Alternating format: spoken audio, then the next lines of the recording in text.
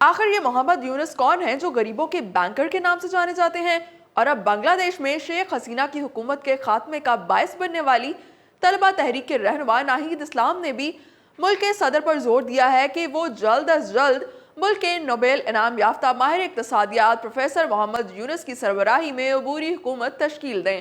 83 سالہ نوبل انعام یافتہ محمد یونس کو، جو کہ عالمی سطح پر غریبوں کے بینکر کے طور پر پہچانے جاتے ہیں، مائکرو فائنانس قرضوں کا ایک ایسا نظام قائم کرنے کا کریڈٹ جاتا ہے جس کی مدد سے لاکھوں افراد کو غربت سے نکالنے میں مدد ملی ہے۔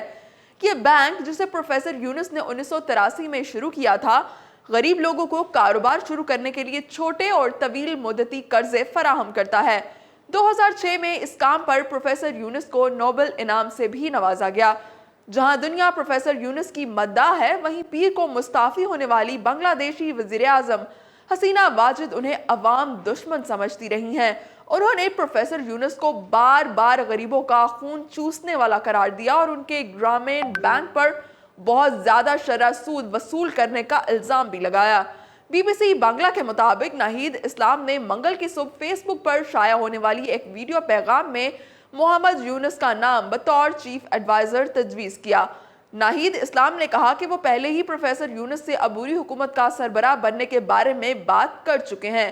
ڈاکٹر محمد یونس سے بھی بات ہوئی ہے۔ انہوں نے طلبہ کی کال پر بنگلہ دیش کی حفاظت کے لیے یہ اہم ذمہ داری سنبھالنے پر اتفاق کیا ہے۔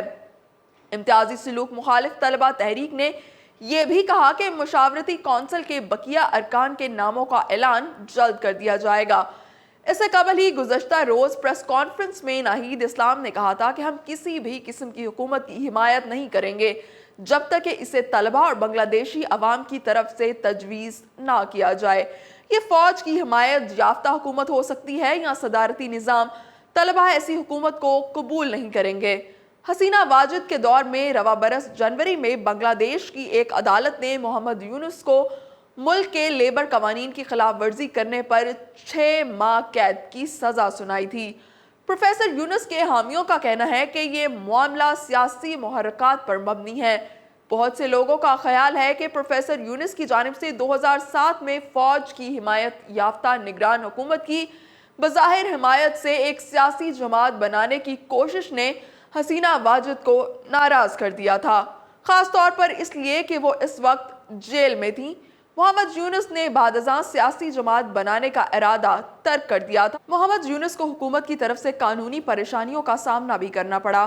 جب سے شیخ حسینہ واجد 2008 میں اقتدار میں واپس آئی تھیں، تب سے محمد یونس پر فوجداری مقدمات کی ایک سیریز بنائی گئی اور یہ سب ریاست کی قیادت میں کیا گیا۔